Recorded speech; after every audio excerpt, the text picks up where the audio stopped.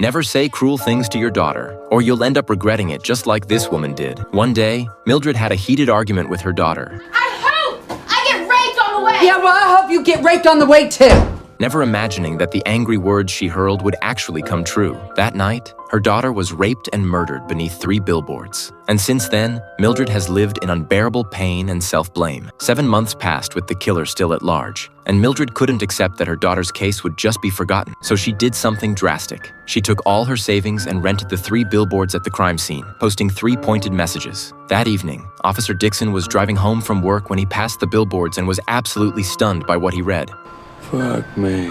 Raped while dying, and still no arrests? How come, Chief Willoughby? The hot-headed Dixon couldn't contain his rage. Chief Willoughby had always been like a father to him, and he stormed out, swearing he'd rip the advertiser's head off. You think I wouldn't take you out right here on Main Street, Red? I thought you only took out black dudes, Dixon. But fortunately, Willoughby arrived just in time to stop him. What's more, Mildred reached out to the TV station and gave an interview right in front of the 3 billboards. She called out the police for doing nothing and failing to solve the case after all this time. News of the billboard controversy quickly spread throughout the small town, but Mildred had few supporters, as nearly everyone sided with Chief Willoughby, who'd always been highly respected in the community, effectively making Mildred public enemy number 1. But if it meant catching her daughter's killer, what did it matter if she had to take on the whole world? When Chief Willoughby came to visit, surprisingly, he wasn't angry with Mildred, but patiently explained the situation. They'd done everything possible to track down the killer, but the DNA collected didn't match any suspects. There were no witnesses at the crime scene, and the evidence they had was extremely limited, making the case impossible to solve.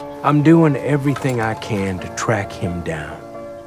I don't think those billboards is very fair. The time it took you to get out here whining like a bitch, Willoughby, some other poor girl's probably out there being butchered right now, but I'm glad you got your priorities straight. I'll say that for you.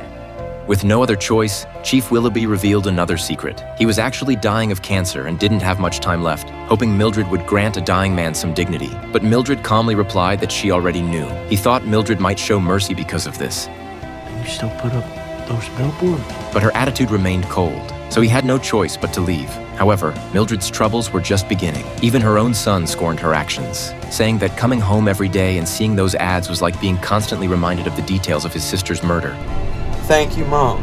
And he slammed his bedroom door shut. But her family's lack of understanding didn't shake Mildred's resolve. Chief Willoughby dragged his sick body to the crime scene every day, searching for new evidence, not wanting his life to end with this stain on his record and unable to tolerate a brutal criminal walking free. But the case still made no progress. Perhaps some cases, no matter how horrific, simply can't be solved. The daily exhaustion and psychological torment worsened his condition, forcing him into the hospital for treatment. But he didn't want to watch his life slip away like this. Rather than spend his remaining time in a hospital bed, he'd rather be with his family. So he chose to leave the hospital and took his wife and daughters to play by the river, where his girls hadn't been this happy in ages. That evening, after tucking the children into bed and spending intimate time with his wife, once everyone was asleep, he went alone to the stable, patted his beloved horse, then pulled a black bag over his head with "Don't remove, call police" written on it, ending his life ahead of schedule. Willoughby's death sent shockwaves through the town, with people pointing fingers at the advertiser and Mildred, blaming them for the chief's death. When Mildred dropped her son off at school, he received some gifts from other students. But even so, Mildred's resolve never wavered.